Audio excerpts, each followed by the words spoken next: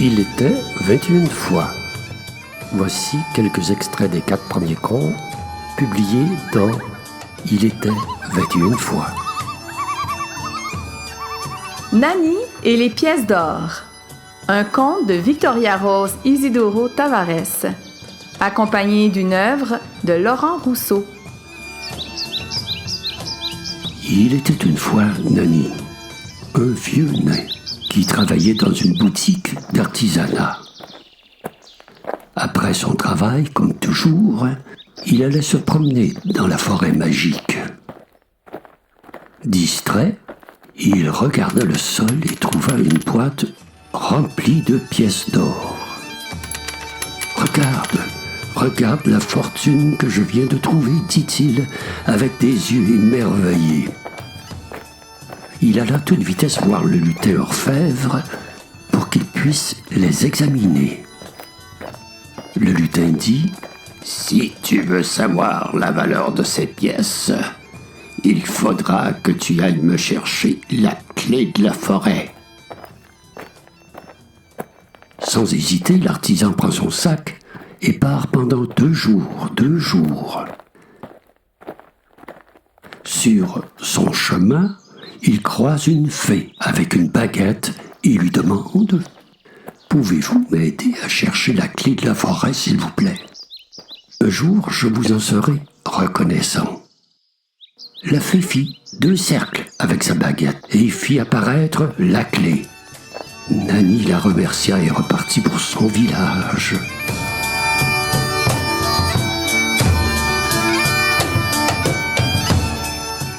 La couronne magique, un conte de Marie-Lou Leclerc-Hébert sur une œuvre du Chat.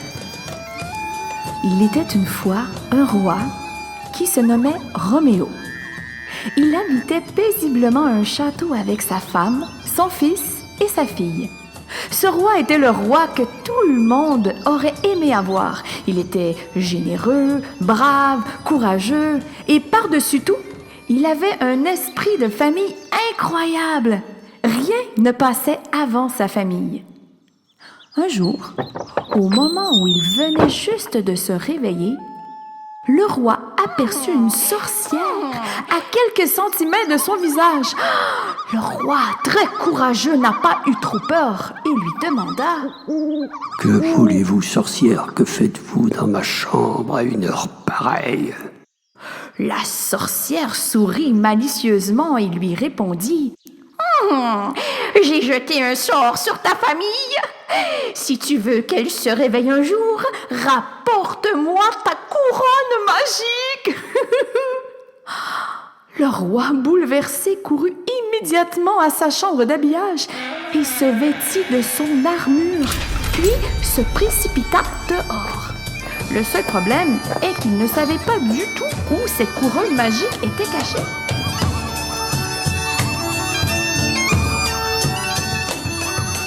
La princesse emprisonnée. Un conte d'Amanda Haddad, accompagné d'une toile de Manon Ruffet. Il était une fois une princesse qui s'appelait Victoria. C'était une douce fille, aux cheveux châtains et aux yeux bleus, très très bleus. Elle était heureuse et vivait avec ses parents, le roi Victoire et la reine Bella. Un jour, la princesse partit ramasser des champignons, car elle aimait la soupe aux champignons. Tout à coup, elle aperçut une sorcière qui se trouvait devant elle. Victoria, inquiète, demanda d'une voix douce à la sorcière : « Qui êtes-vous ? » ?»« Je suis la sorcière Caramel et j'habite dans cette forêt. Tu es sur mon territoire. » La princesse était pétrifiée. « Je vais t'emprisonner, car tu as cueilli mes champignons sans ma permission. Sans ma permission !»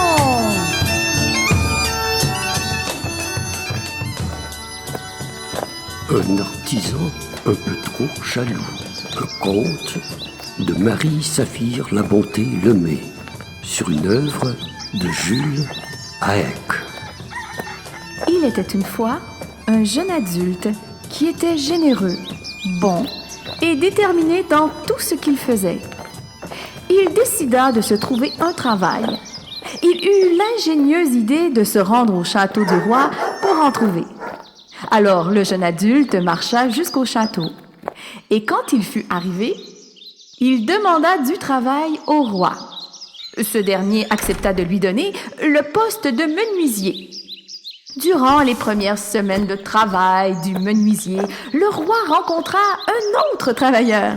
C'était un artisan, mais ce qu'il ne savait pas, c'est que l'artisan n'était pas gentil. L'artisan devenait de plus en plus jaloux, car le roi appréciait davantage le menuisier.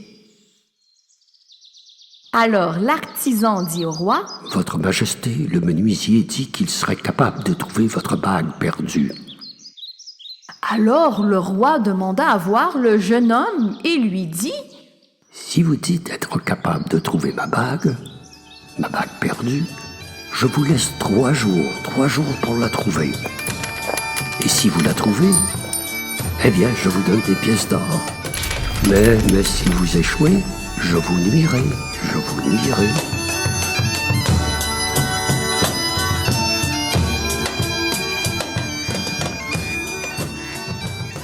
Le lutin et la couronne perdue. Un conte de Mélissa Belhadj Mostefa, sur une œuvre de Carole Boudreau. Il était une fois un bon roi qui avait organisé une grande fête au château. Tout le royaume était invité. Un des lutins se nommait Lulu le Grand. Il était petit et heureux. Tout le monde s'amusait. Quand tout à coup, les portes s'ouvrirent, dévoilant 2 silhouettes effrayantes, le magicien et son nain. Sans prévenir, le magicien donna un coup de baguette et tous les invités furent immobilisés, sauf le lutin et le roi qui firent semblant. Le nain s'avança vers sa majesté, lui enleva sa couronne et dans un nuage de vapeur, les 2 malfaisants disparurent et tous les invités furent enfin capables de bouger. Lorsque le roi comprit que sa couronne avait disparu, il ordonna au lutin de la retrouver dans la forêt.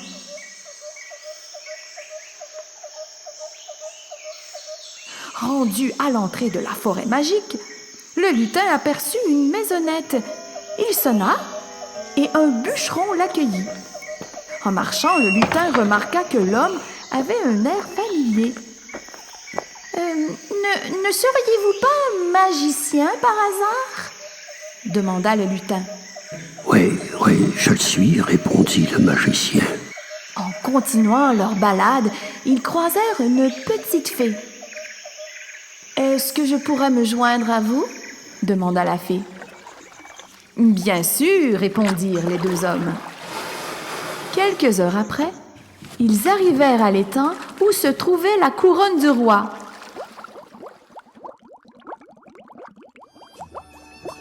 Au bord de l'eau étaient plantés des petits champignons bleus.